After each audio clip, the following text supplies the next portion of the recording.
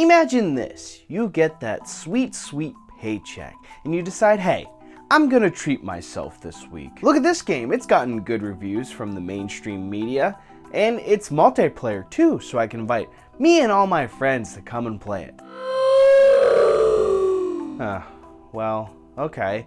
I guess I'll just try this single player game that just came out. It looks pretty fun, got good reviews, and even has a Guitar Hero portion in it. I mean, we gotta give it a try, right? You are racist. Alright, I'm just gonna go outside and touch some grass, I guess.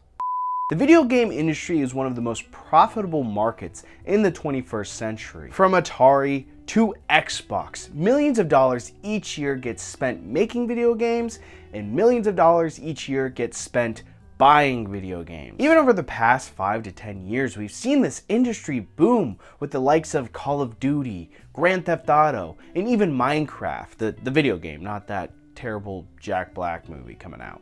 I'm Steve. Now, if the Costco guys taught me anything, it's that with a few booms, there's always going to be a couple dooms. And oh boy, let me tell you, there's been some major dooms these past few years. These big developers now have seemed to gotten lazy in everything. Storytelling, improved gameplay, and even charging ridiculous amounts of money for unfinished games. All those things make a game terrible. But you know what would send them even further into the abyss of failure? The message.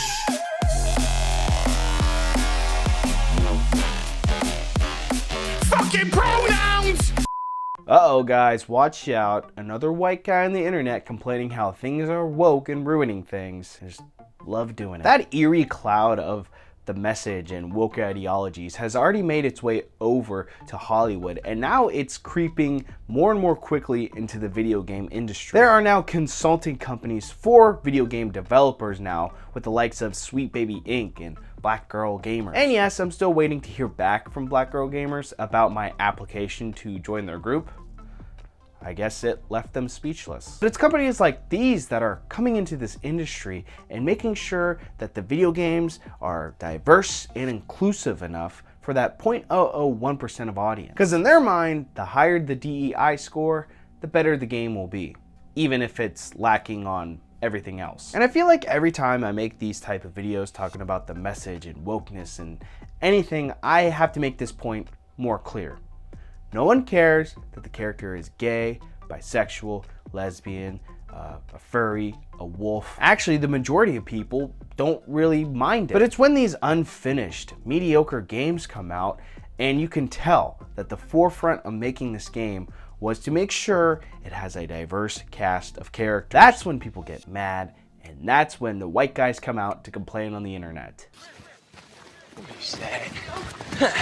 But I think there are two examples that are recent and very relevant to this point. Two games I felt that nothing else really mattered except for the DEI score. Let's begin with Concord, not your father's Overwatch, because it's literally just Overwatch with different characters. Mind you, diverse characters. And let's take a look at some of these characters, shall we? We got Devers, who is still stuck in March of 2020 and wearing an elaborate COVID mask. Da, who is now the 5th member of the Ninja Turtles. Baz, who can switch genders on the fly. Classic superhero. And Imari. Is that the Michelin Man? Clearly they wanted everyone to feel included in their cast of characters, and they want everyone to identify with one of them. I know who I'd pick. It's Tio. You know, the white guy who looks like his whereabouts on January 6th were a mystery for some reason. But yet with this diverse cast of characters, this game still failed miserably. But how can that be? I was told by these companies that a diverse game with a lot of equity and inclusion and all those buzzwords would be a success and sell millions of copies. What happened? What happened? And what's even sadder is that Sony made this. You know, Sony, who's been known over the last few years to make single-player experiences. Why would they dip their toes into a multiplayer shooter, spending millions upon millions of dollars on this game? It's a little fishy.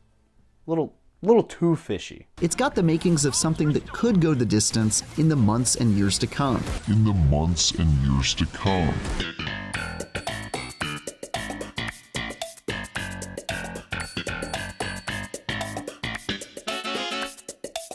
Now let's move on to everyone's favorite, Dustborn. I think the perfect introduction to this game is to play the music from We're the it. aliens.